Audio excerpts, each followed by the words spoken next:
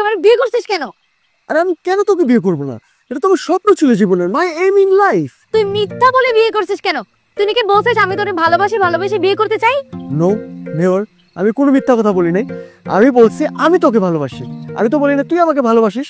আর তোর বাবা আমাকে নিজের ইচ্ছায় স্বেচ্ছায় আমার কাছে তোকে বিয়ে দিছে, অ্যান্ড আমি তো রাজি হয়ে গেছি। এখানে তো আমার কোনো ফল্ট নাই, অ্যান্ড আমি আঙ্কেলের কাছে চিরকৃতজ্ঞ। শোন, তুই মনে করিস না তুই বিয়ে করে জিতে গেছিস। বিয়ে তুই ঠিকই করছিস, কিন্তু তোর সাথে আমার সাথে হাজবেন্ড ওয়াইফের কোনো রিলেশন থাকবে না। যাইস না, তোর বলছে কে? তোর সাথে সংসারও করবো না। সংসার তো তোকে করতেই হবে। তুই যাই বলিস না কেন, সংসার তোর আমারই করতে হবে। তুই আমার মারিস, কাটিস, বকাতিস, যা খুশি করস, আমার কোনো প্যারা নেই। সকালে উঠতে একটা থাপ্পড়, ঘুম থেকে যাওয়ার আগে একটা থাপ্পড়, বিকালে একটা থাপ্পড়, রাতে একটা থাপ্পড়, নাস্তার সাথে একটা থাপ্পড়, লাঞ্চের সাথে একটা থাপ্পড়, আমার কোনো সমস্যা নেই। তুই আমার যা খুশি তুই আমারে তা কর, আমার কোনো প্যারাই নেই। কিন্তু এখন থেকে আমি বলতে পারবো আমি আদিতি জামানের একদম লিগ্যাল হাজবেন্ড।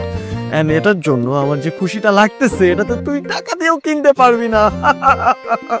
যাই, এই খুশিতে আমরা শুয়ে পড়ি, চল।